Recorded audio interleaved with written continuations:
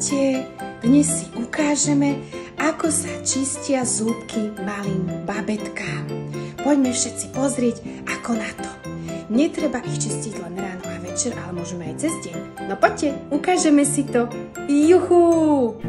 Nie ste sami, komu pri čistení zúbkov deti plačú. Je to v poriadku. Nebojte sa, nebudú mať traumu, iba čisté zúbky. Ak chceme bábätku umyť zúbky, dáme si ho do ľahu a zafixujeme ručičky, po prípade i nohy. Pláč trvá väčšinou krátko a po chvíľke je bábätko v pohode a hrá sa ďalej.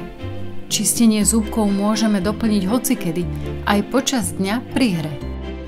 Pastu nepoužívame a vždy si zapamätajte, pri ktorom zúbku ste skončili.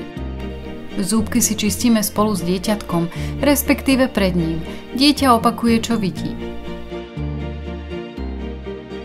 S vyšším vekom sa zlepšuje aj spolupráca dieťaťa. Najlepšie sa čistia zúbky jednozväzkovou kefkou, nielen spredu, ale i zozadu a z každej strany.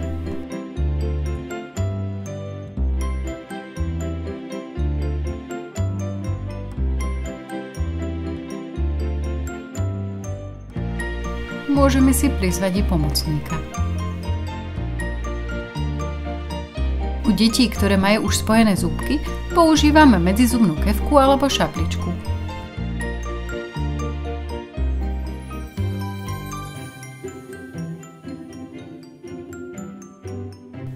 Deti necháme čistiť si zúbky aj samé, no vždy zúbky dočistíme. Zúbky pokojne čistíme aj kačičke alebo inej hračke.